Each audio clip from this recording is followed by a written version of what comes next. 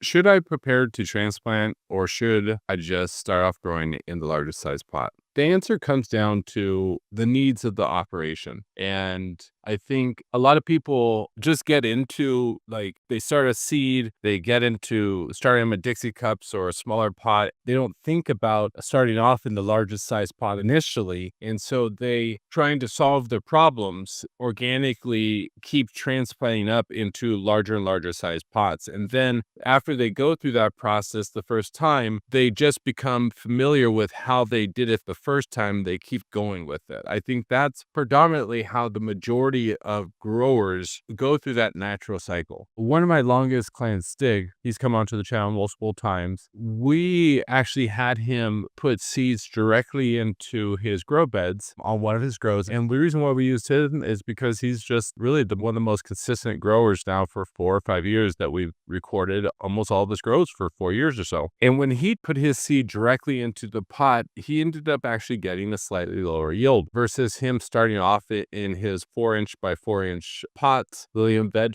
a little bit, and then transplant him into his larger grow beds. For him in his situation, it works that he starts off in seed. He starts off around 50 plants. He gets them down to, I think, 24 plants throughout his whole grow room. And he uses the transplant process more as an opportunity to be selective with his phenotypes or the seeds he's growing. He gets rid of the stragglers, right? He literally gets rid of half of his crop and only continues forward with his other half that are the best. And then that's how he's been able to go from 2 to 3 pounds up to, I think, close to 13 or 14 pounds of biomass, something like that, under his 4 lights, all living soil. I think if you're growing outdoors, right? Well, if you have the right growing environments, you have supplemental lighting, maybe you have some plastic to keep it warmer, and you're growing from seed, you put it into the ground and allow the root system to get it extremely well established. You keep maintaining the plant, and then that's how you grow those 10-foot plants, right? Or 10-pound plants. And they are 10 feet tall, 15 feet tall.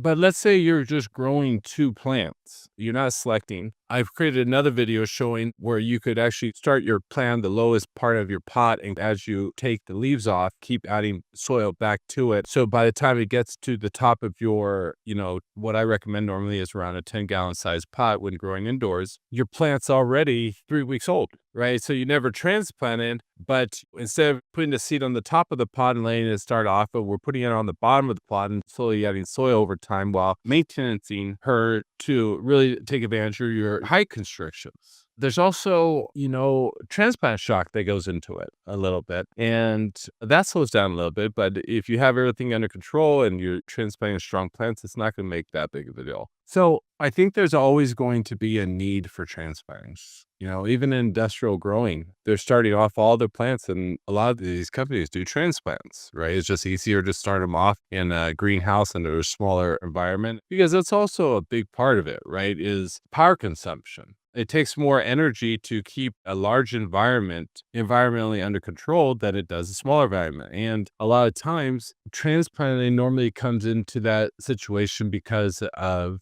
being able to use, a T5 bulb or, a couple smaller lights, and you're able to grow 10, 20 plants, get them to a point where they're showing up to be transplanted into a larger grow environment with maybe slightly harder conditions. It's not as controlled, not as warm, and you're being extremely efficient with the cost of growing the plants. But like I said, maybe you're just growing 2 plants. You have 1 grow room, and your 1 grow room is your veg room, your clone room, your flower room, your drying room. Well, then I probably wouldn't transplant. I would probably use my other technique where I start on the very bottom. I kind of control the watering area initially, and then I slowly, as the plant grows, I allow the roots to continue to keep growing it further throughout the 10-gallon size pot. So what I would say and what I would recommend is that, especially if you just started growing, don't become hardened in your ways as you learn how to navigate your first grow, because a lot of times your first grow is a reactive decision versus a proactive decision around problem solving. And a lot of times when we have a heightened sense of emotion when going through trying to solve problems, normally it doesn't produce the best outcome or the best solution. So what I would say is that as you go through your second grow, reevaluate why you are doing what you're doing and see if you can possibly eliminate some of the fat, find ways to improve it,